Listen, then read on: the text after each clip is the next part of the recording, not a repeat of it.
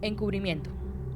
Durante los años más álgidos del conflicto, en regiones como el Tolima, se llevaron a cabo ejecuciones extrajudiciales que posteriormente fueron objeto de un elaborado encubrimiento por parte de los miembros de la fuerza pública y agentes del Estado. Los hallazgos revelan una serie de prácticas sistematizadas diseñadas para ocultar la verdad sobre estas muertes. Yo creo que ahí se presentó un patrón de macrocriminalidad. ¿Por qué lo comparo, su señoría? Siendo sucinto, se realizó la operación. Posteriormente de la realización de la operación, mi mayor Jiménez se acerca y nos comenta a un grupo de personal: tenemos que cambiar la orden de operaciones. Estos dos homicidios tenemos que presentarlos como si fuera una baja en combate. Al decirnos esas palabras, ya comenzaron una serie de agencias del Estado a involucrarse, sabiendo ellos la verdad. Pongo de antemano que cuando yo fui, porque después de toda operación se hace el proceso administrativo, las diferentes versiones ante la Fiscalía y ante la Justicia Penal Militar. Ese era el funcionamiento. Cuando voy a declarar ante la Fiscalía, el Gaula tenía una fiscal delegada ante los Gaulas. Ella era la jefe de la parte investigativa que la componía CTI y DAS. Cuando llego ahí a dar mi declaración sobre los hechos, yo tenía prácticamente encima una hoja con lo que debía y no debía contestar para simular que se realizó un combate. Entonces la doctora de ese entonces conocía la realidad de las cosas y cómo habían sucedido las cosas. Una de las tácticas primordiales consistía en la alteración de las escenas de los crímenes. Se movían los cuerpos de las víctimas y se colocaban municiones y armas junto a ellos de forma estratégica para simular un enfrentamiento armado que nunca ocurrió. El objetivo era claro: escenificar pretendidos combates y hacer creer que los decesos fueron productos de choques con extorsionistas, secuestradores y miembros de grupos armados organizados al margen de la ley. Incluso se manipulaban otras evidencias encontradas en el lugar de los hechos durante los levantamientos e inspecciones de los cadáveres para reforzar la versión oficial de un enfrentamiento armado.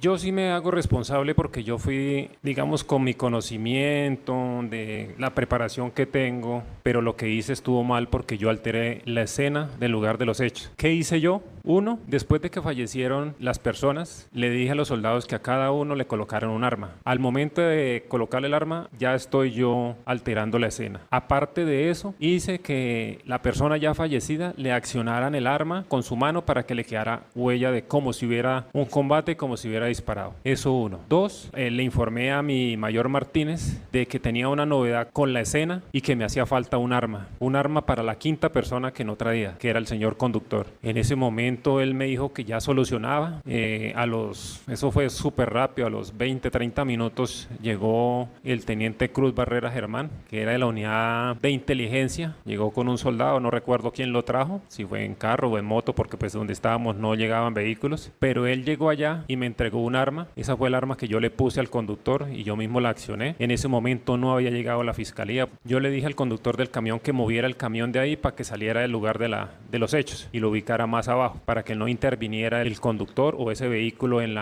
el informe que yo iba a realizar. Y lo que hice con el vehículo fue realizar un disparo dentro del vehículo como para aparentar en la versión de que uno de los ocupantes había disparado desde adentro.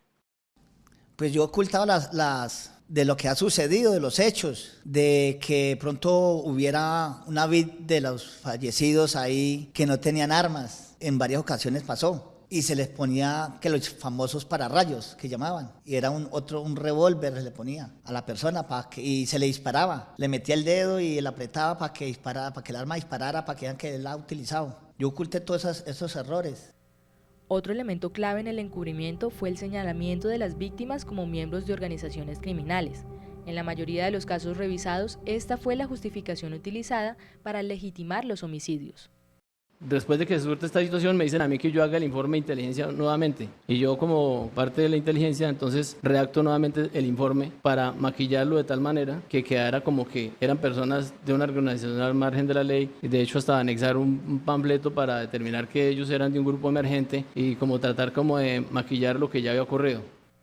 Finalmente, se identificó una segunda práctica de encubrimiento relacionada con la apropiación de los recursos destinados a los gastos reservados, es decir, los recursos asignados para inteligencia y operaciones encubiertas que se convertían también en pagos confidenciales para agentes de la fuerza pública y terceros civiles involucrados en la planificación y ejecución de las ejecuciones extrajudiciales.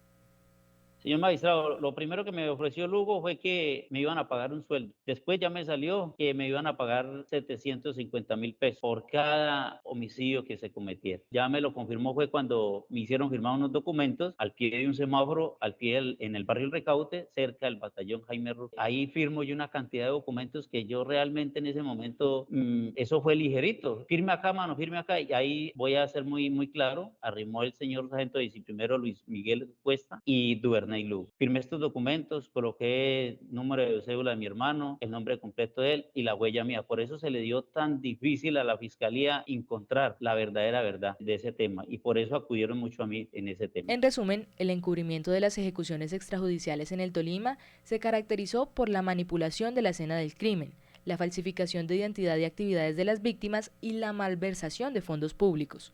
Todo ello con el fin de presentar estos asesinatos como legítimas bajas en combate contra la criminalidad organizada.